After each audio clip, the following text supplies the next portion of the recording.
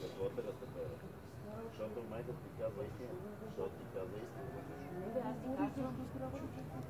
Добре, не съм чула. 12 години, какво да не сте дошли?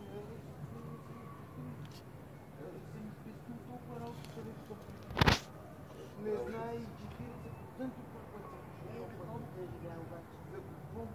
За да се върнеш и да си на пътека. Само това и не го зачитат. Зачитам го. Трябва в момента да ми каже само нищо, няма да стане това. Защото това е болестно състояние. Това е болестно. Аз за какво телефон? Защо трябва да подсилва болестта? Значи майка. Тя ми говори само глупости. Не може да види човек да го предпълни на руската. Значи, ние с майките и тя с майките си говорим. Фирма на тези, защо трябва да говорим за това? Примерно думите да